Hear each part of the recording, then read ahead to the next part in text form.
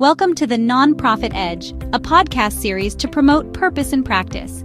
Each week, this webinar series features an extraordinary individual that provides valuable and impactful services, helping to transform the capabilities of their nonprofit clients. Join us as we explore a variety of topics, all vital to the success of nonprofit organizations.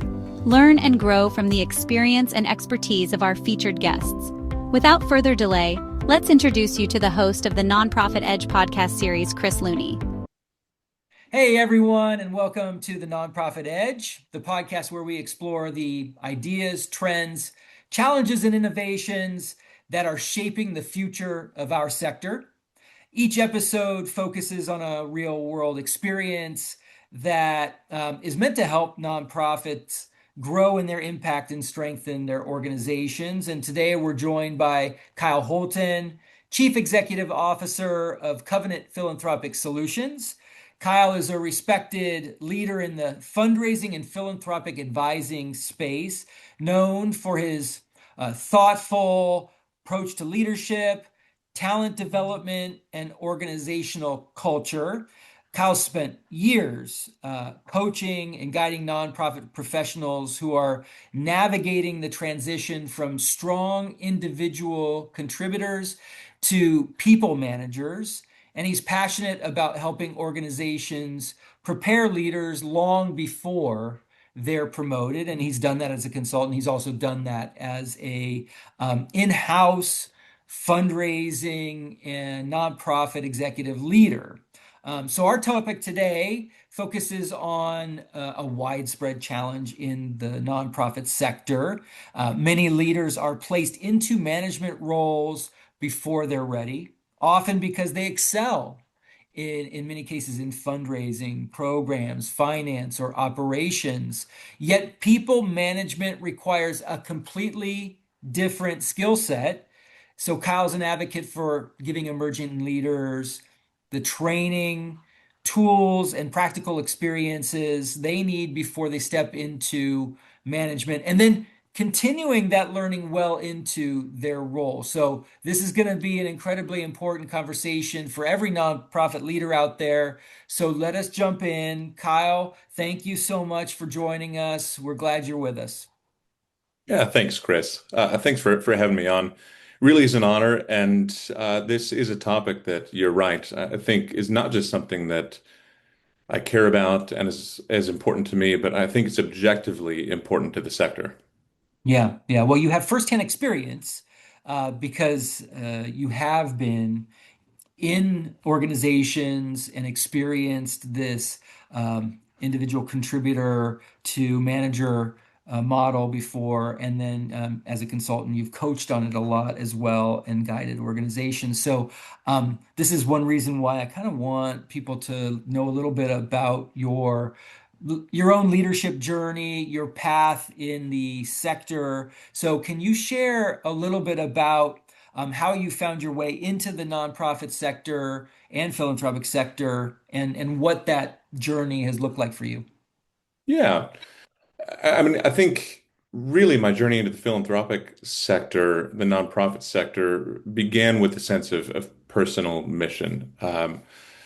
Myself and my wife, we like to really live our lives with very little segmentation between our personal life and professional lives. I mean, our life in total is mission. So our backyard is the service community with whom we want to serve and care for and live amongst. And then as we work in our professional lives to be able to serve similar communities. So I started my journey into the nonprofit and fundraising sectors actually through local church ministry a couple decades ago.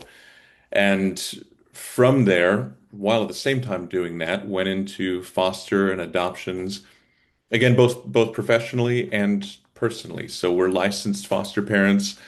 We have had several different foster placements in our home, have adopted one of those kiddos who is our precious little daughter, and then went into human services, homelessness remediation. We live in downtown Santa Ana, California, And this is just kind of our personal mission. And so with every step of professional development, stepping toward leadership, that's intersected with personal passion.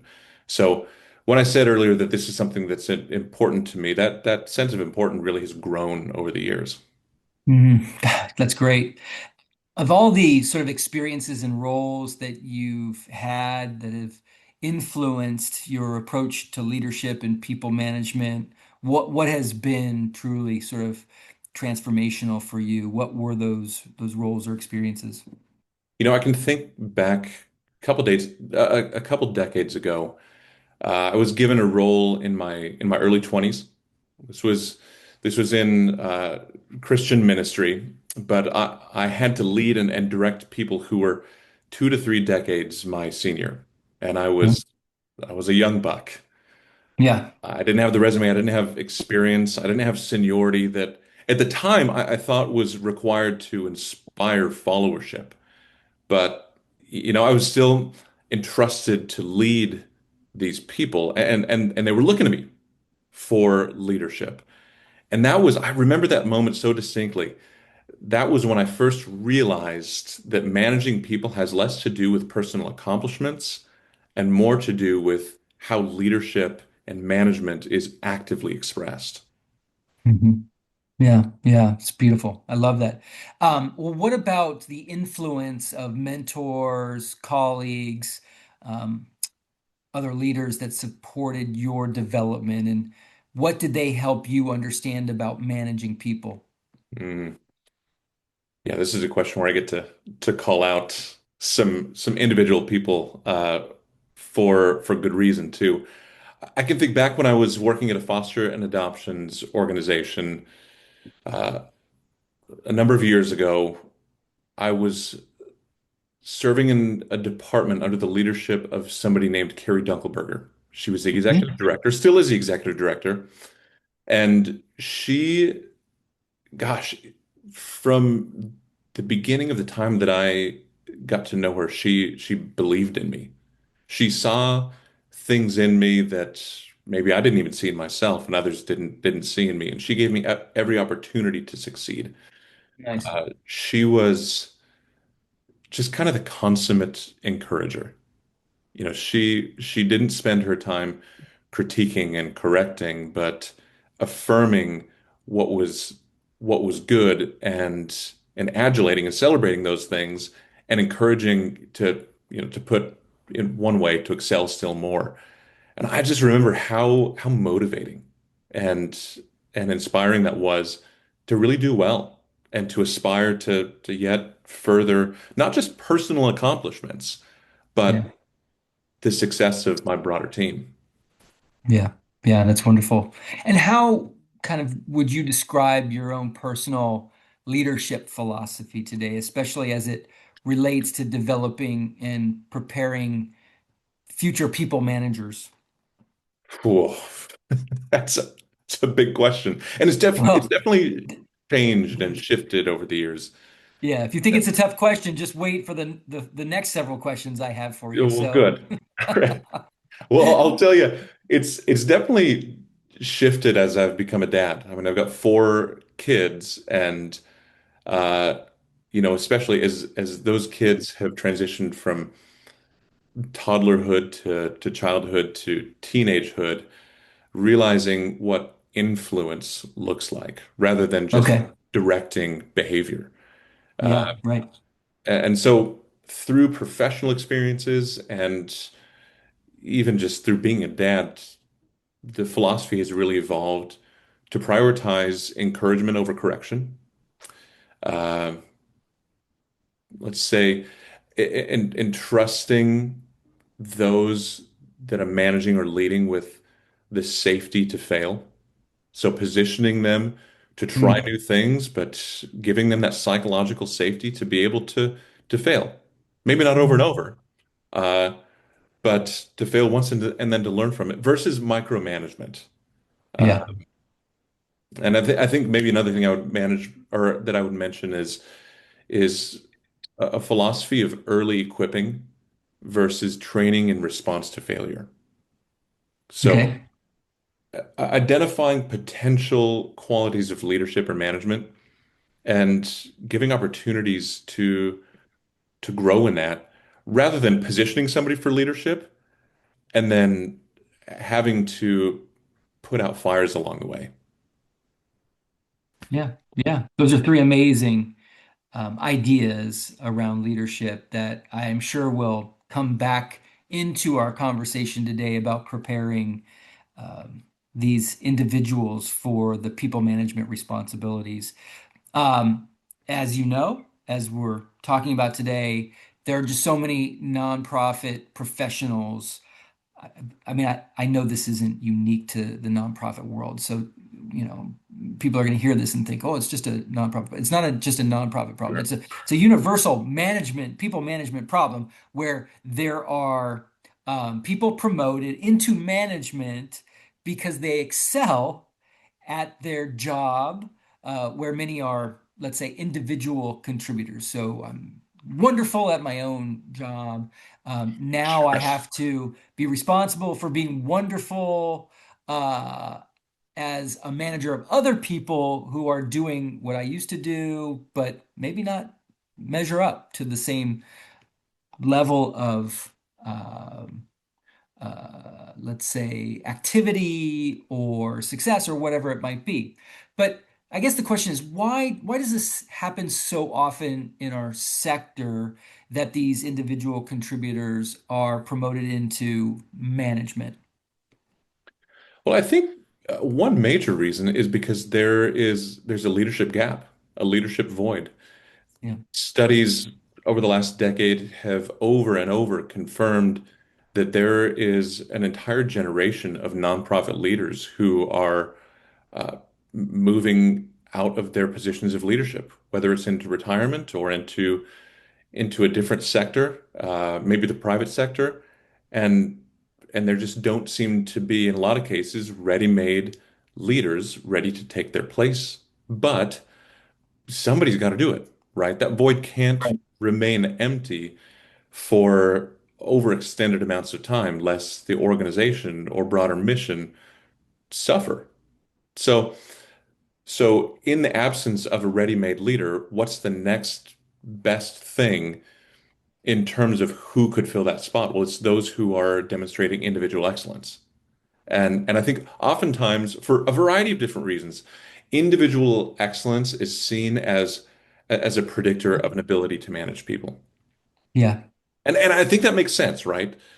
But managing people, it's not necessarily an extension of individual excellence. It's a fundamentally different discipline. And I think that's something that really has to be understood. Yeah, yeah, and that's what we need to really dig into, how they are fundamentally different.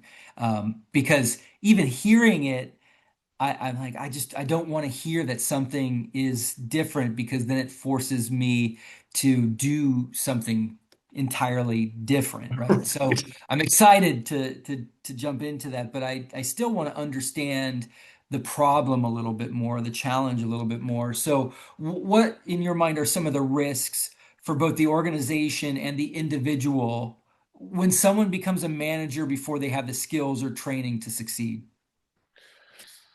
Yeah, so think of that category of the high individual performer, and we'll put it into fundraising terms, right? A major gift officer who is carrying a portfolio of major donors and generating, at this point in time, $2 million of major gift revenue per year. That's fantastic, adding great value to the organization.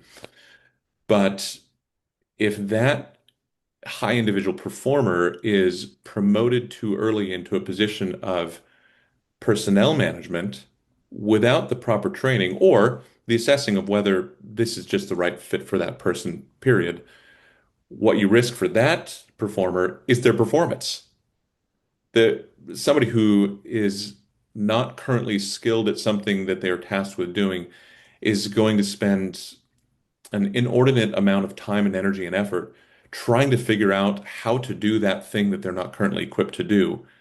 And it's going to take away from their ability to do what they were previously really capable of. Uh, Mhm. Additionally, beyond that, promoting too quickly uh, it risks eroding trust and morale amongst direct reports if if a manager is either ill-equipped or unconfident in their ability to manage. So there can be broader departmental or even organizational effects. And even in some cases, if allowed to extend too long, mission drift of an entire department or organization. So I don't want to overstate the risks, but at the same time, we're seeing this with organizations that we have the privilege of coming alongside. We're being asked to come in and help and counsel because some of these risks are being encountered. Yeah, of course. And it makes perfect sense, and I appreciate that. And the cautionary tale extends too, in my mind, to this idea where, oh, you've got this great individual contributor who you can't imagine life without because they just generate, the kinds of success that you need as an organization. You promote them into a management role, and they for the first time maybe don't find success and leave, and then what you're left with is not only a vacancy in that management spot, but also you've lost the individual contributor who was for so long predictably producing the results. So it's Yes. almost a double whammy in a Mhm. way. So it needs to be carefully evaluated whether you can even risk losing that person by promoting them, or makes it even that much more serious to contemplate Yeah. the change. Well, what's the biggest misconception about the jump from being that individual contributor to being a people manager? Yeah, I think there's several, right? And I think I don't even know if I'd be able to identify every possible misconception. But one that comes to mind would be the misconception that if someone isn't ready for leadership, that they'll tell you before you promote them.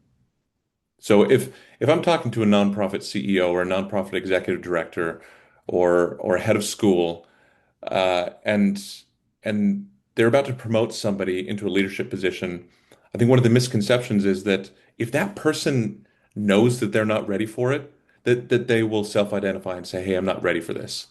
I mean, Well, I shouldn't say never happened. There are situations where I've heard of people saying, I'm not ready, or I feel ill-equipped, or but that's like humbleness coming out in some ways, sure. right?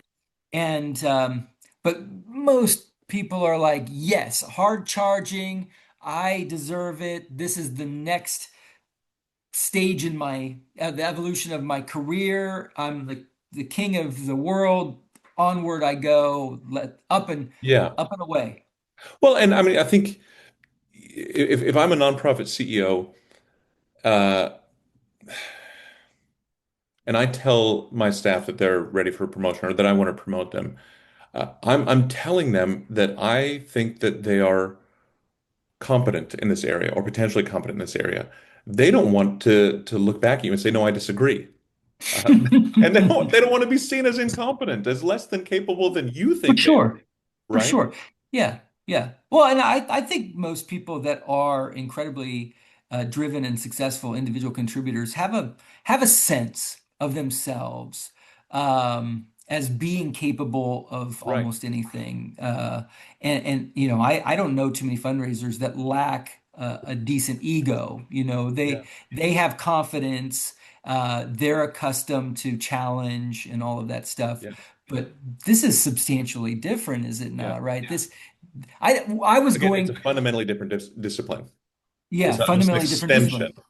Yeah. Yeah, yeah. Well, the thing that I find is most a misconception for me, at least, is that me as that individual contributor should expect the same level of capacity and capability and success from the other people that I now am managing, as opposed to, hey, maybe I've got something, really special, and I have to learn how to um, bring up the capabilities, the talent. I have to build the the thing that a lot of people might not already sort of have that I feel like Yeah. I have, Right. right? And so there's an unwillingness to put in the time, the effort to build people, to build them, right? You Right. just want a ready-made machine, not something that you actually have to, use an instruction manual to build. Yeah. And that's hard. That is a very difficult thing to do. Of course, I don't like IKEA for that very reason.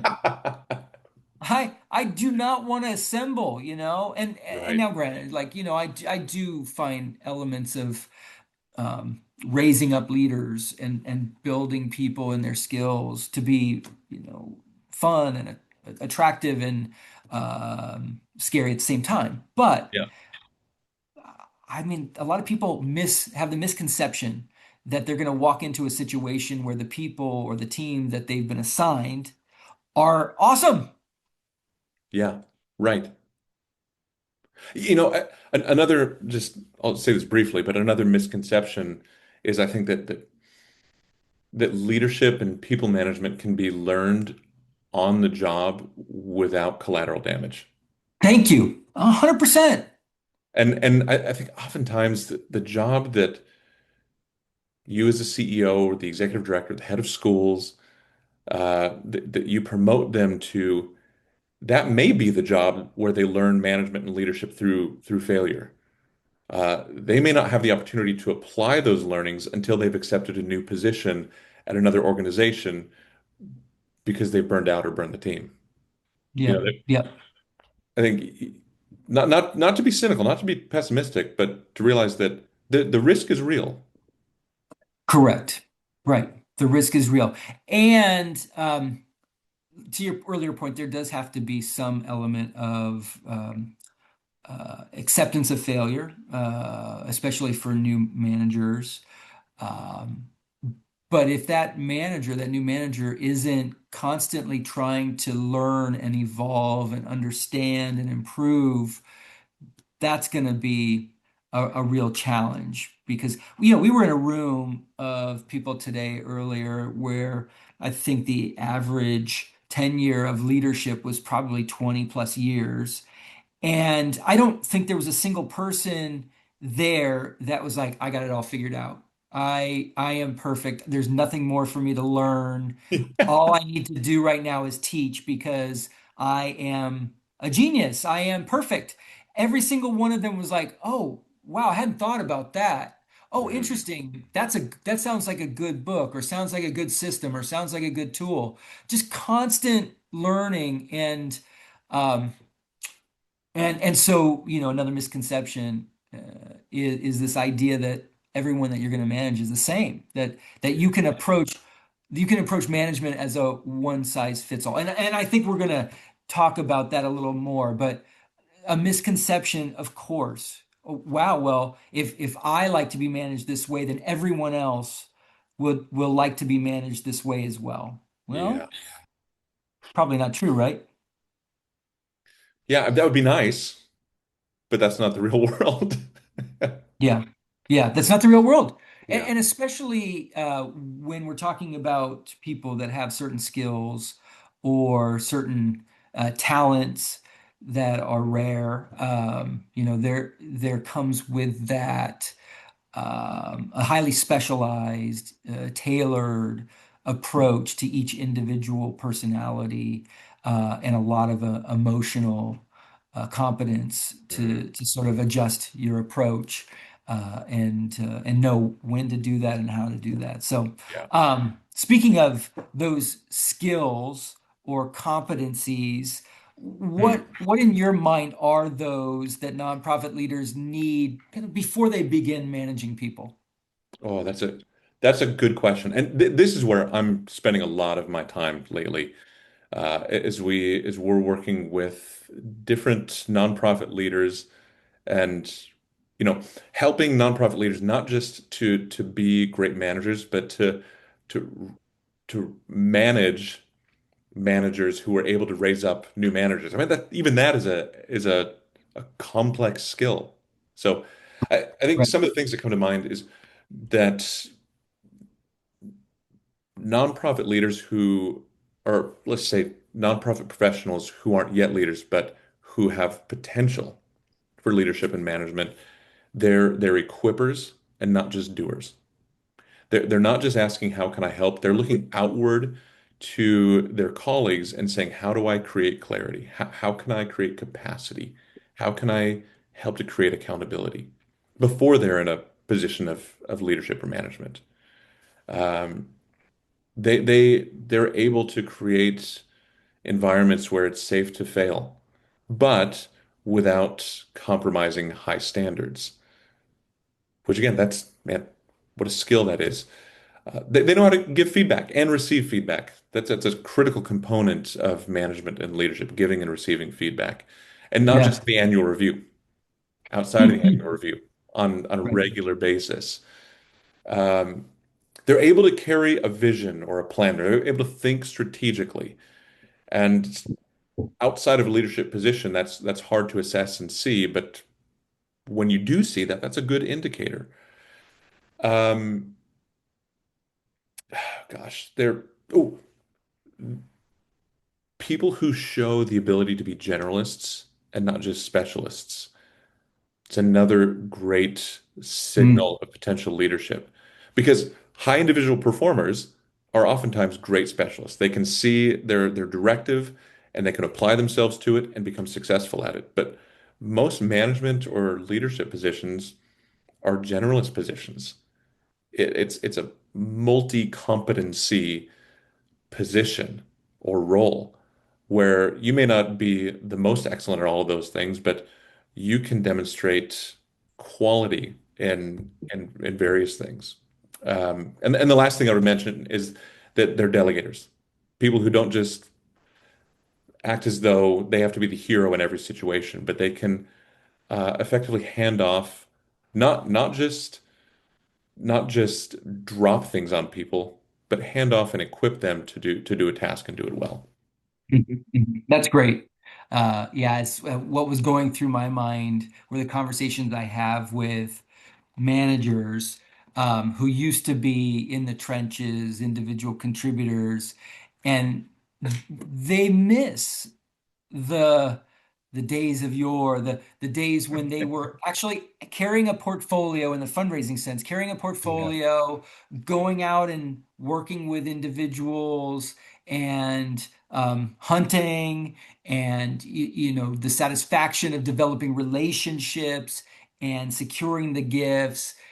And now as managers, they don't have as much connectivity to the one-on-one fundraising work because their responsibilities are more aligned with the management of the team Yeah. and contributing on the executive team as well in those particular responsibilities. So for some, it's um, knowing that they're not going to do their job, the job that they sort of came to love as much in this Mhm. new role, and are they okay with that? Are they willing to accept that? So when we ask, what are the things that they need to know or need to be okay with before begin managing people, the reality that you might find a lot of distance between what you had been doing and what you will be doing, and being okay with that, right? Yeah. My goodness. Yeah. I experienced that myself on my worst days. I look back to those days of being a frontline fundraiser and thinking, man, those were sweet times. And they're very different times. Or Yeah. even the days hucking coffee behind a Starbucks counter, you know? There you go. All of the above. All of the above. Yeah. Because nothing is harder than managing people. Right. We should have said that at the very outset. Like as Yeah. awesome as it is, or awesome as the opportunity and the responsibility and the potential is, it's the hardest work. It's the hardest part of the work for most people. Um, I think it's the hardest part of being a manager, period. Yeah. And that's even if you have a wonderful team. Yeah. So To go back to the misconceptions question earlier, I think maybe the supreme misconception would be that because there are so many people in the professional world managing people, it must be fairly simple Hmm. Right, right. because it's such a common role. It must be that most everybody can do it and do it well. Yeah, yeah. But we know that's not true. And anecdotally, all you need to do is sit around at a sort of break table and or maybe the happy hour bar and listen to the conversation. And nine times out of ten, it touches on how bad my manager is. Did I tell you about this or that, right? So, Yeah. well, what are the skills that you think organizations most often overlook or underestimate when preparing someone for a management role? Yeah, I mean, I think just mention some of them: delegation, strategic thinking, uh, people who can be competent in a broad range. They can be generalists. Another one that, gosh, I think is just like a flashing neon sign is a concern for the success of one's own peers. So the people who aren't, I mean, you do you want people on your team who are ambitious for individual contribution and success, for sure. Yep. You want people Yep. who want to do their job really well. Right. But when you see somebody who is similarly ambitious for the success of their teammates and their colleagues, that to me is like a flashing neon sign because that is one of the primary functions of a leader once they're put into that role is to be somebody who's able to become a champion for those under their supervision and management. And if they're already demonstrating those kinds of qualities when they're not yet in a leadership position, I think it's just a big sign. Yeah. No, that's great. I was having these flashbacks as you were talking to the movie F1, where I was thinking about the team that they had assembled, right? And you certainly don't want your race car driver necessarily to be in charge of the team or to be calling all the shots because it's a very different approach. It's probably more me, me, me, but it's also like I have one objective, and that's to come into first place in my race. Right. And it doesn't necessarily take into account all of the thousands of other elements that go into that. Mhm. And so I think it's just instructive that when we're talking about leadership, we're talking about teamwork. We're talking about leading a team instead of leading yourself. Right. Uh, yeah, we're talking about a baseball team rather than playing tennis or something or being Yeah. a swimmer or a sprinter, Hmm. something like that. Anyway, well, tell me a little bit from your perspective what effective people management looks like in the nonprofit setting. It could be fundraising too, but it doesn't necessarily need to be fundraising, but anywhere where the roles can be high pressure and relationship driven. Yeah, I mean, I don't think leadership in the nonprofit sector looks all that much different than leadership in the private sector.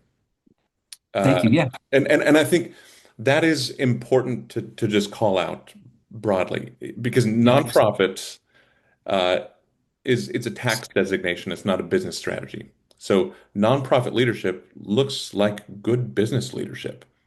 So Thank you. Great.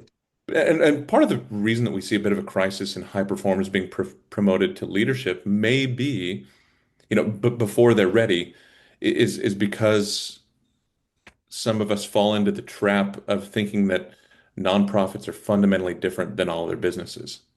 And when you look into the private sector and you look at Fortune 500 companies, the best companies in the world are known for their leadership training regimens. They Mhm. raise up managers, they raise up leaders really, really well. And that is in part what has made them the Fortune 500 company that they are. Right. And people want to be in those programs, Right. whether it's, enterprise where, you rent that car and you're just like, you probably graduated from college 2 days ago, and here you are, going through every single job that exists in the place, or an IBM training program or a Merrill Lynch training program, or all of these GE, all these companies have these awesome training programs. Yeah. Well, that leads me into the question, and I want to get after it, which is around training. What what kinds of development opportunities, what kind of training should rising leaders receive early, but certainly before they take on the people management responsibility? Well, one of the things that is important, even before addressing the training question, is identifying who the potential leaders are. And I think there's one step that is, at least in my experience, seems to be missed oftentimes. And that's the step of asking that individual if leadership and management is something that they want. How novel. Asking if it's something that they aspire to, rather than guessing at it and Or just assuming. yeah, or assuming. Um, And then once you've received an answer in the affirmative, of course, if the answer is in the negative, well, gosh, looks like you've just dodged a really big bullet. But if you get an answer in the affirmative, say, yeah, I'd love to proceed along that track.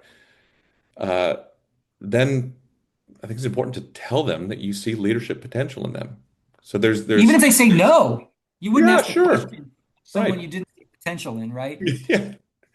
But I think that at that point in time, that conversation can't be the conversation that's happening right at promotion.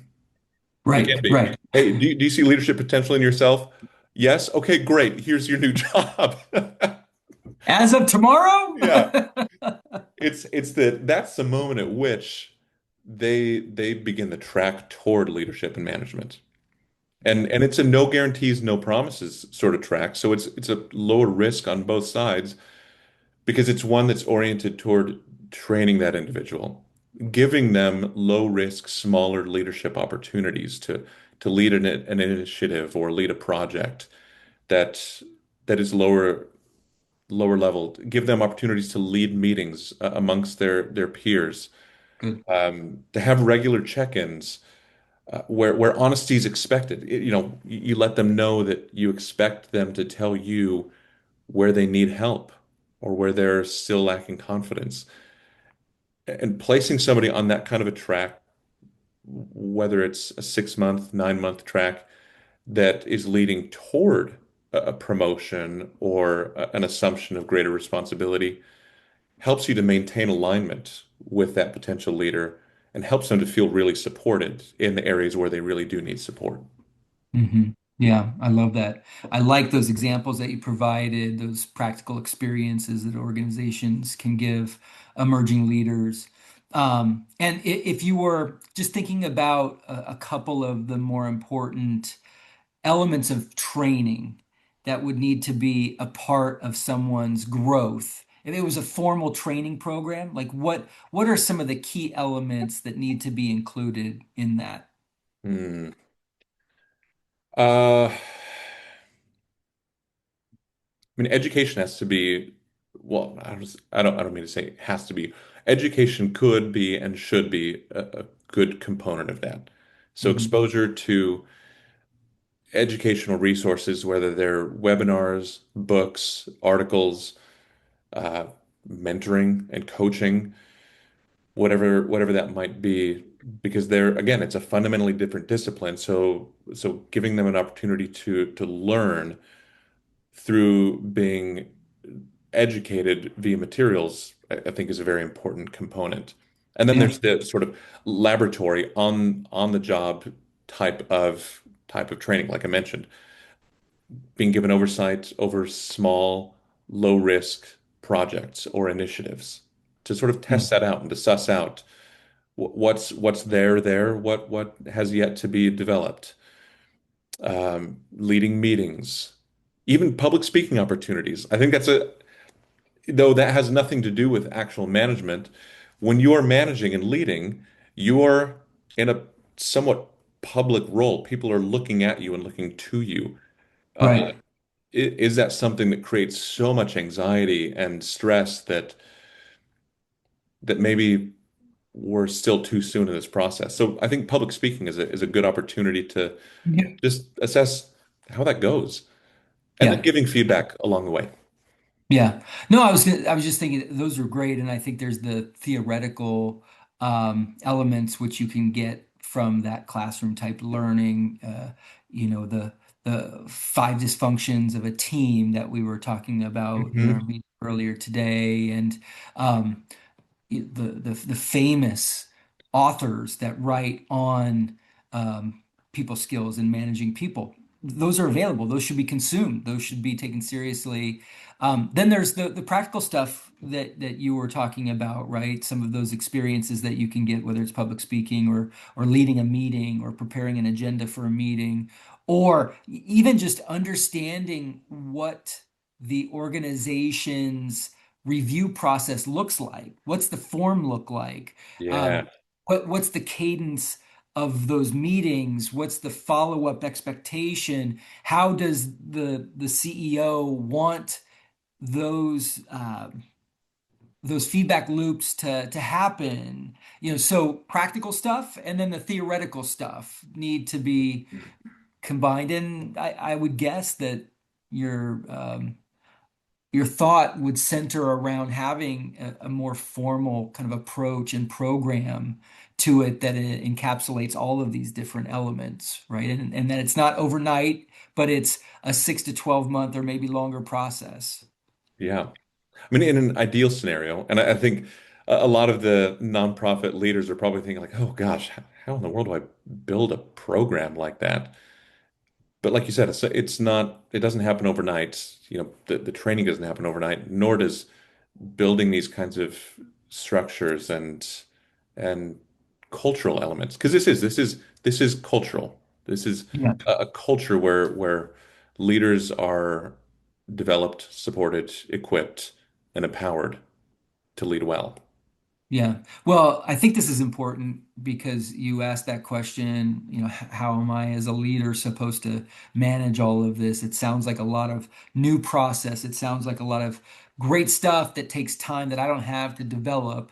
And I suppose the good news is that there are providers out there Mhm. that can be contracted with to provide a lot of this leadership development training courses and whatnot. Like the Lilly School, as we were talking about earlier, has a variety of courses.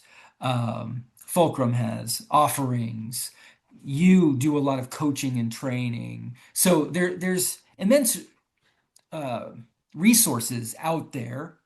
And it would be very easy, I think, to put together a practicum, if you will, for 12 months. I mean, we always talk about AI now. The reality is, if you told AI, the time that was allowed and what you wanted this person to know about Yeah, management, and kind of, you could develop a 6 month training course yeah, for that person that was both the experiential and the book learning, if you will, the theoretical as well. So, no excuses, right? Even if you don't have the money, you can find a more cost-effective way to oh do that yeah, training and give agency to the person. I think it's probably okay for a leader to say, "Hey, I have some concerns." Firsthand knowledge, raise my hand first. This is something I suffered with. You get put in this job, it's entirely different. I want to make sure you're prepared. So, step one, please develop your own training plan for the 6 months or 12 months leading up to this change in job, so I can make sure I can sleep at night knowing that on day one you're going to be more prepared and more successful.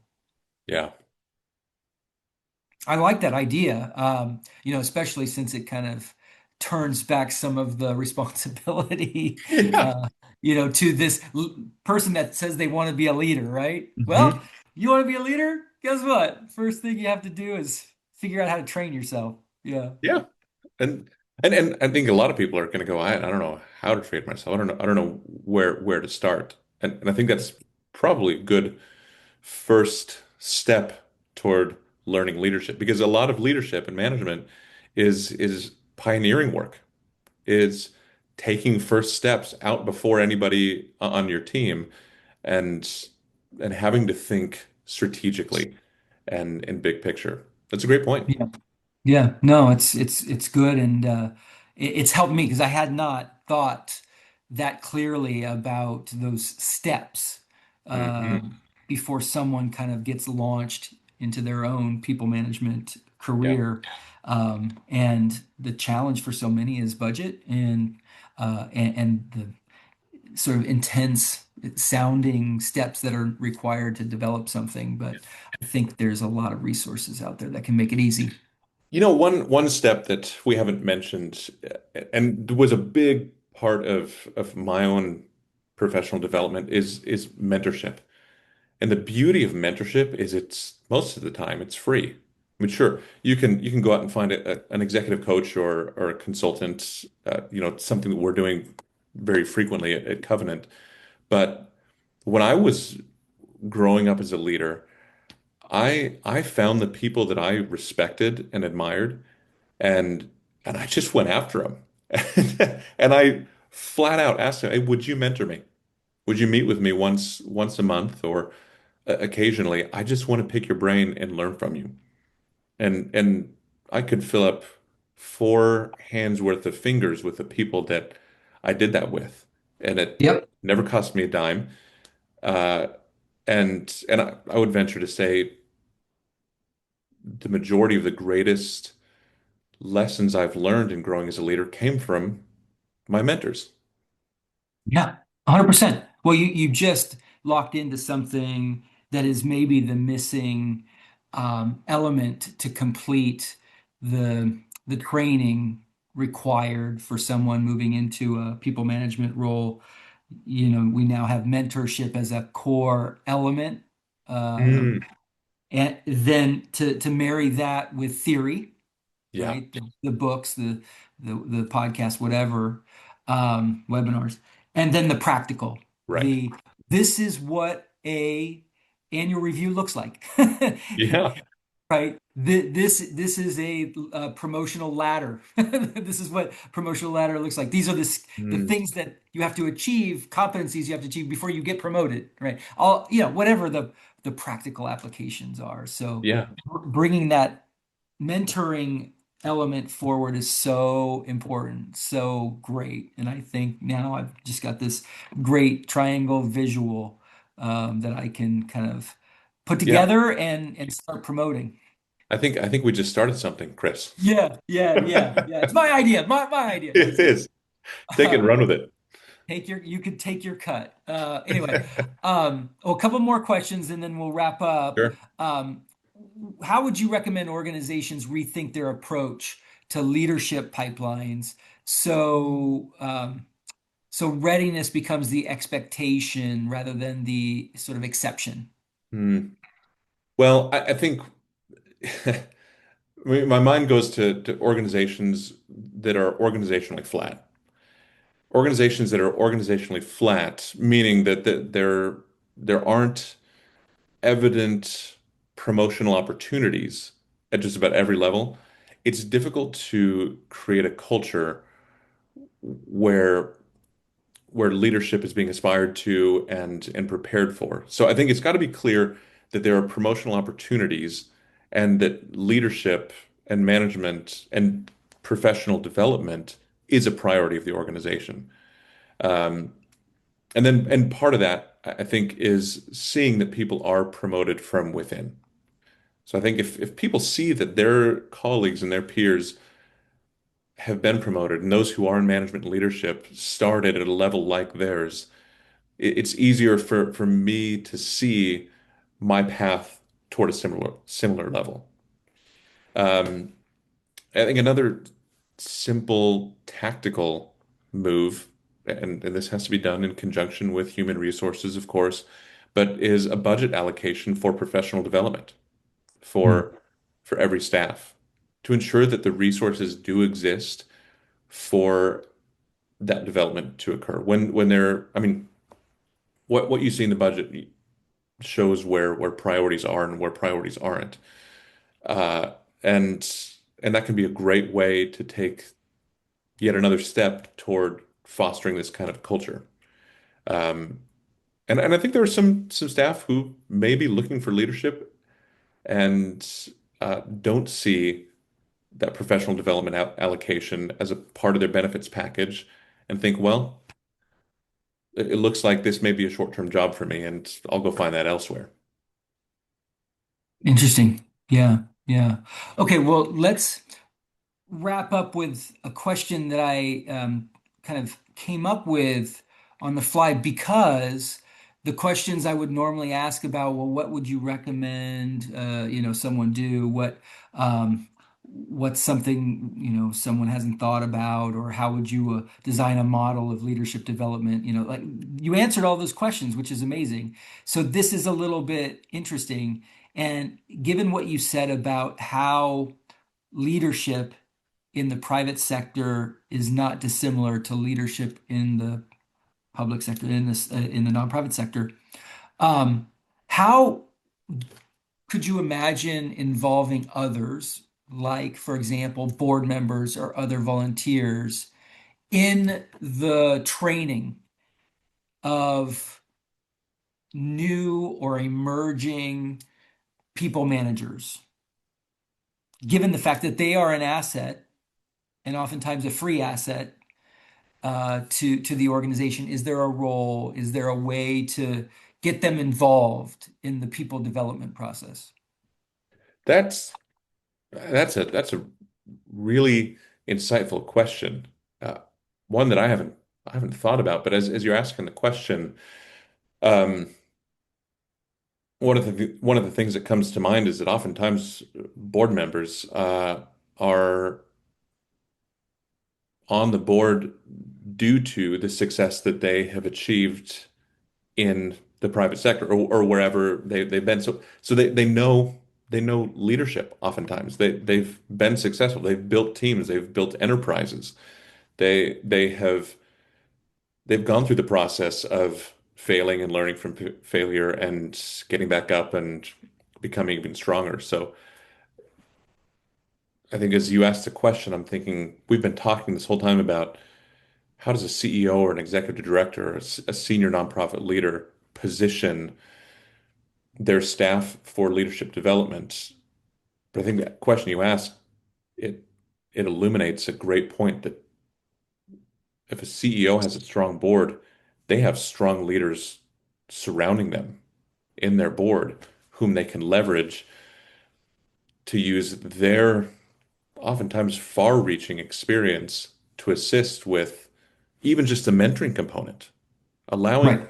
allowing your board members to serve as mentors of your up-and-coming leaders could be one, a great and inspiring use of your board, which would create further engagement of your board members, and a way for the CEO or executive director or senior leader to not have to shoulder yet another responsibility, leverage the resources available to them. I mean, I'm riffing on I think an idea that you just came up with, and I think it's a brilliant one. Well, it's not brilliant, but it is practical Yeah. because if you take an inventory of all the assets that an organization has, quite often board members are underutilized, disengaged, and looking to share their talent and experience in a way that's meaningful. And, from my perspective, it kind of has the opportunity to help the staff member who needs some professional guidance and development. And it helps the board member to feel like they're actually really giving back in a meaningful way and might attach them deeper to the mission and impact of the organization. So I fear that we could riff all day on this topic Yeah, I because think we could. the thing that is my strongest takeaway is that there just isn't enough dialogue and and time invested in the development of people managers Yeah. On the front end. in our sector, on the front end, and a lot of times it's just trial by fire and a lot of failure, and I wish I had known this. So I think this conversation for us really is just meant to open the door to future conversations about it, and hopefully the two of us, along with a million other people, can really start developing stronger platforms that are going to help more emerging leaders in the future Yeah. succeed at their jobs without, the high failure rate. Yeah. So, yeah. And Chris, I think just as a closing thought from this end, I think that as nonprofit leaders, we can really approach this conversation really positively and really hopefully, because I don't think the narrative is that there just aren't the leaders and the people being positioned for leadership are failing. Woe is me, woe is us. I think the conversation is the potential leaders are all around us. They're everywhere. They're within our staff. They just need to be developed, supported, and equipped. And if they are, wow, the future's bright.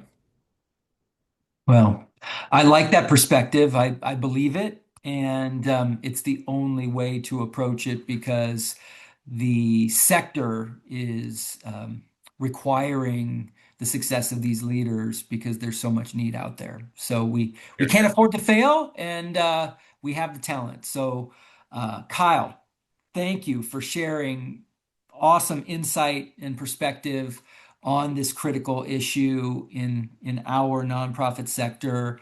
Your commitment to preparing people before they're promoted and supporting them long after they step into management is something that is so underappreciated and something our sector needs. And I'm grateful to you, as are so many people out there.